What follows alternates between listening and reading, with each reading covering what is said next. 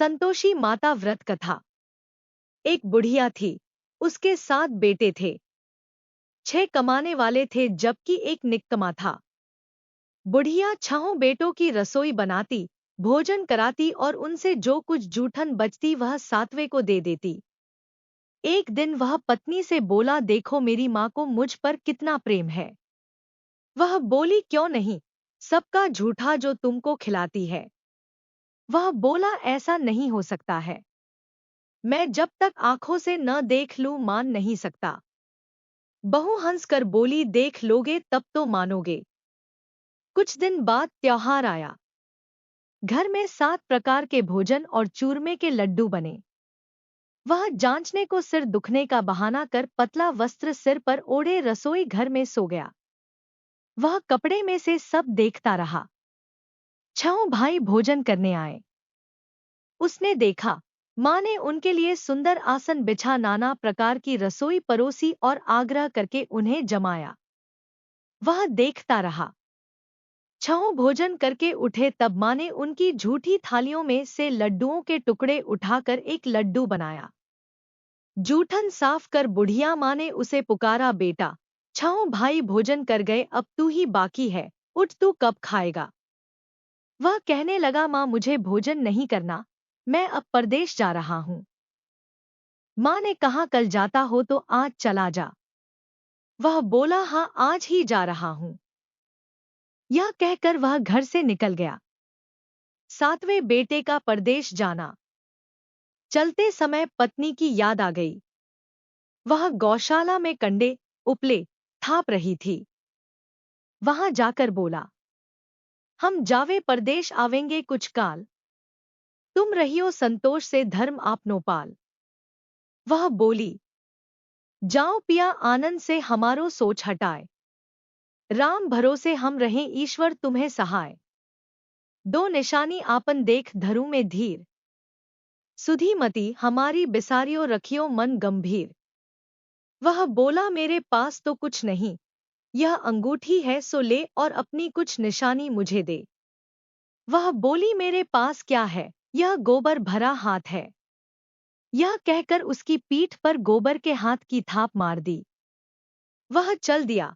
चलते चलते दूर देश पहुंचा। परदेश में नौकरी। वहां एक साहूकार की दुकान थी।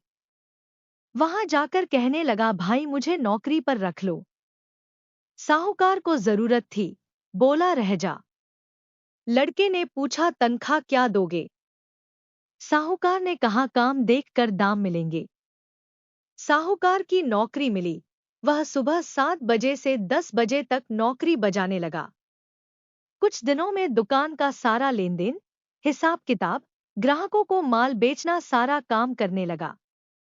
साहूकार के 7-8 नौकर थे, वे सब चक्कर खाने लगे।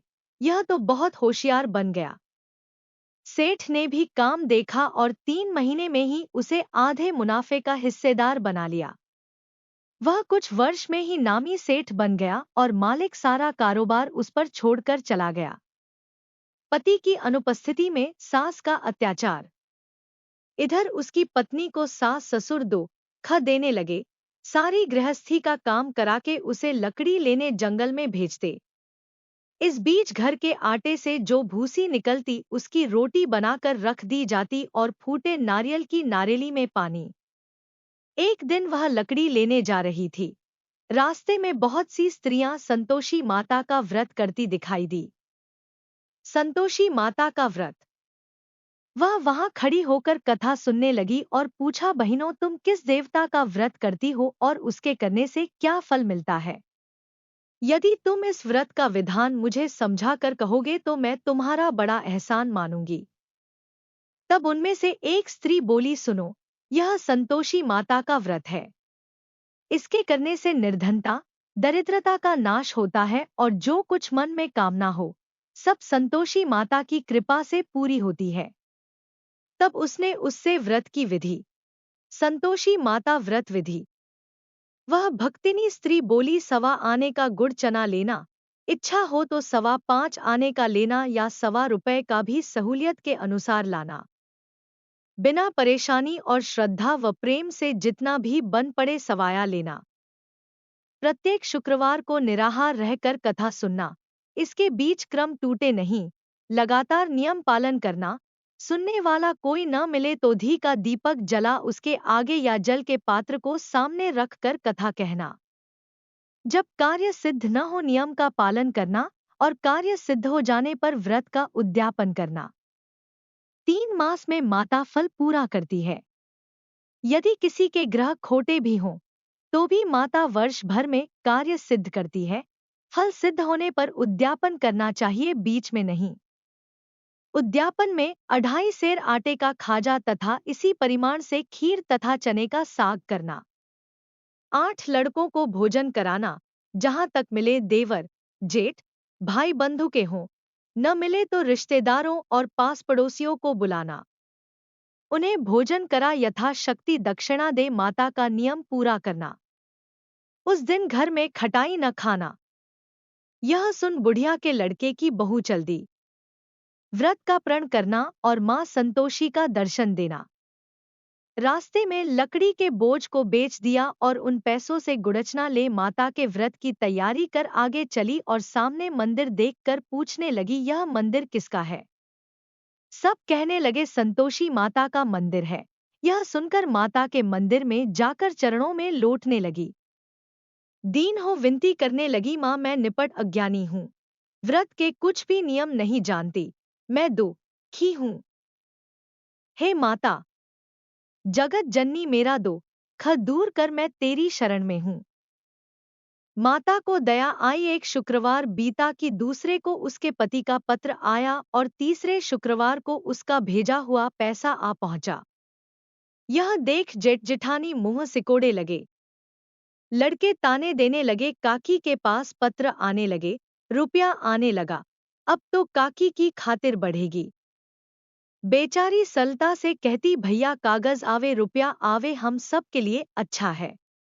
ऐसा कहकर आंखों में आंसू भरकर संतोषी माता के मंदिर में मातेश्वरी के चरणों में गिरकर रोने लगी। मां मैंने तुमसे पैसा कब मांगा है? मुझे पैसे से क्या काम है? मुझे तो अपने सुहाग से काम है। मैं तो अपने स्वामी के दर्शन मांगती हूँ। तब माता ने प्रसन्न होकर कहा, जा बेटी, तेरा स्वामी आएगा। यह सुनकर खुशी से बावली होकर घर में जा काम करने लगी। अब संतोषी मां विचार करने लगी, इस भोली पुत्री को मैंने कह तो दिया कि तेरा पति आएगा, लेकिन कैसे? वह तो इसे स्वप्न में भी याद नहीं करता। उसे याद दिलाने को मुझे ही जाना पड़ेगा। इस तरह माताजी उस बुढ़िया के बेटे के पास जा स्वप्न में प्रकट हो कहने लगी, साहूकार के बेटे, सो रहा है या जागता है? वह कहने लगा, माता सोता भी नहीं, जागता भी नहीं हूं, कहो क्या आ गया है? मां कहने लगी, तेरे घर बार कुछ है कि नहीं? वह बोला, मेरे पास सब कुछ है, मां बाप है, बहू है, क्या कमी है? मां बोली, भोले पुत्र, तेरी बहू घोर कष्ट उठा रही है, तेरे मां बाप उसे परेशानी दे रहे हैं। वह तेरे लिए तरस रही है, तू उसकी सुध ले।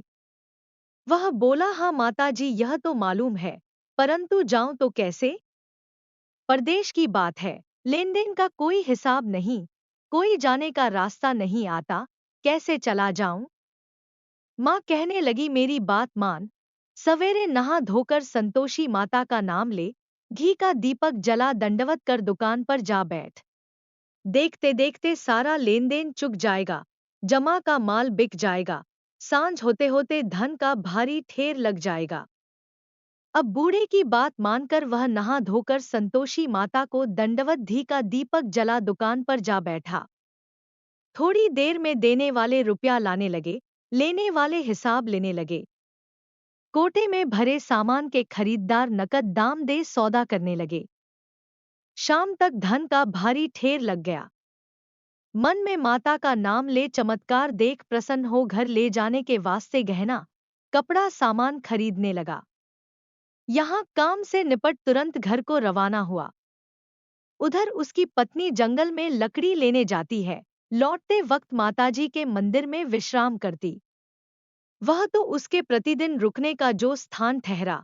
धूल उड़ती देख वह माता से पूछती है, हे माता, यह धूल कैसे उड़ रही है?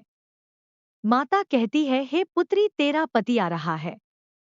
अब तू ऐसा कर, लकड़ियों के 3 बोझ बना ले, एक नदी के किनारे रख और दूसरा मेरे मंदिर पर व तीसरा अपने सिर पर।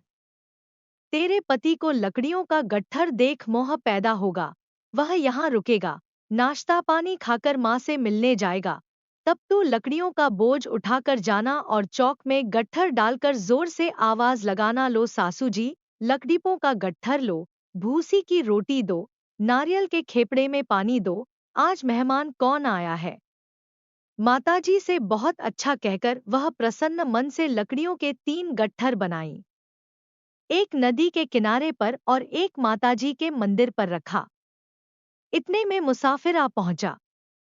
सूखी लकड़ी देख उसकी इच्छा उत्पन्न हुई कि हम यहीं पर विश्राम करें और भोजन बनाकर खा पीकर गांव जाएं।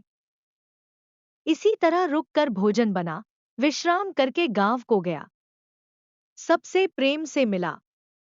उसी समय सिर पर लकड़ी का गट्ठर लिए वह उतावली सी आती है।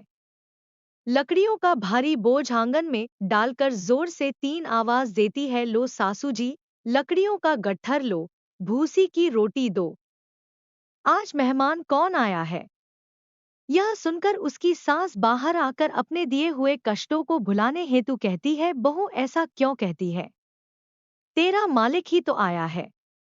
आ बैठ, मीठा भात खा, भोजन कर, कपड़े गहने पहन। उसकी आवाज सुन उसका पति बाहर आता है। अंगूठी देख व्याकुल हो जाता है। माँ से पूछता है, माँ यह कौन है। माँ बोली, बेटा यह तेरी बहू है। जब से तू गया है तब से सारे गांव में भटकती फिरती है, घर का कामकाज कुछ करती नहीं, 4 पहर आकर खा जाती है।